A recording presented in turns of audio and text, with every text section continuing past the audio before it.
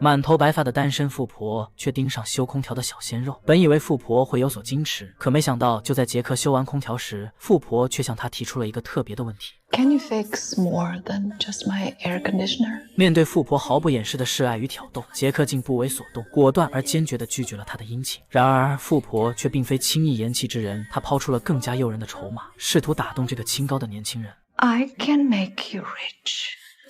Get under the air conditioner, lady, and cool off. I'm not interested in that. 杰克再次的拒绝让富婆颇感意外，玛丽不相信凭自己的财力竟然拿不下这个小小的修理工。眼看杰克准备离开，玛丽叫住了他，神色诚恳地解释道：“刚才是杰克误会了自己，他并非有什么不轨之心，只是想请杰克假扮他的男友一天，陪他参加一场高档聚会罢了。”同时表示如果表现得好，报酬会更加丰厚。此时的杰克看着富婆手中摇晃的那沓厚厚的美钞，心中盘算着不用出卖身体就能得到这笔钱，这条件实在太简单了，他几乎没有犹豫便答应了下来。然而杰克做梦也没想到，正是这个决定差点毁掉他的一生。很快杰克便跟着玛丽来到了一家高端餐厅，这里聚集的都是上流社会的名流贵族，玛丽的许多大生意都是在这样的场合谈成。可身为修理工的杰克还是第一次踏入如此奢华的场所，他们的出现便有人热情地迎了上来。看到玛丽身边竟然站着一位年轻帅气的男友，女人眼中瞬间闪过艳羡的光芒，那份嫉妒之情不言而喻。在这种氛围的烘托下，杰克也有些飘飘然起来，不自觉地伸手想和对方握手，没想到却被玛丽拦住。朋友见状也只好尴尬识趣地离开。玛丽的这番举动让杰克觉得她太不近人情，可玛丽却并没有过多解释，只是冷冷地警告他不许杰克擅自做任何事情，如果不听自己的安排，他的报酬将会被扣除一部分。为了到手的美钞，杰克也只能压下心中的不满，乖乖听话照做。很快在服务员的引领下，他们来到餐桌旁落座。然而意外再次发生，杰克随口向服务员要了一瓶啤酒，这让玛丽瞬间僵住了。她不知该如何向服务员解释。为了挽回颜面，玛丽轻车熟路地点了一瓶名贵的红酒和高档的牛排。没想到杰克却告诉玛丽从来不吃牛肉，而玛丽对他的解释视若无睹。此时的服务员虽然嘴上不说，但心里已经十分清楚，这个男人根本不是上流社会的人。为了不让杰克继续在自己面前丢脸，玛丽压低声音警告道：“不要在这种场合乱说话。”她的语气冷硬而无情，更告诉杰克认清自己的位置。一个空调修理工能来这种地方，是自己花钱带他来的。这番毫不留情的话，全都被邻桌的一位中年男人听到。就在杰克感到万分郁闷之时，忍无可忍的尼克便起身来到了他们面前，主动的和玛丽热情的打招呼。Oh, it's my gorgeous, beautiful Linda. So good to see you, Linda. Oh, you look ravishing. 这毫不掩饰的恭维让玛丽瞬间飘飘然起来。她也没想到会在这里遇到尼克，殊不知尼克的热情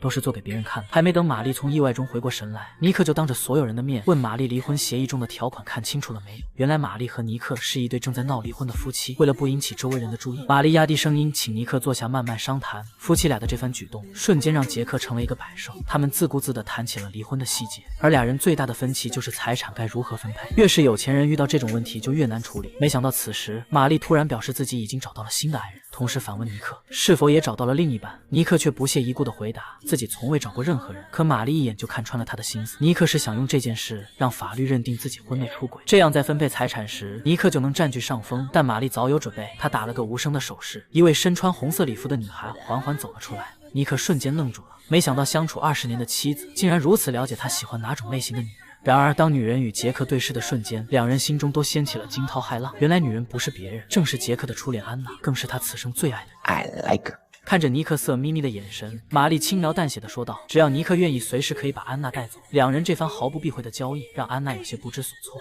而杰克的心里更是五味杂陈，仿佛在这些有钱人眼里，他和安娜不过是可以随时交换的物品罢了，根本不配得到尊重。在玛丽的示意下，安娜只好转身离场，可杰克却还没从失落中回过神来，呆呆地坐在原地。 Are you deaf? I said get up and go to the bar. Now. 忍无可忍的杰克只好起身离开了餐厅。走出餐厅后的杰克马上追上了安娜，问她为什么会出现在这里。 I was going to ask you the same thing. Just looking to make some extra cash. Well, so am I.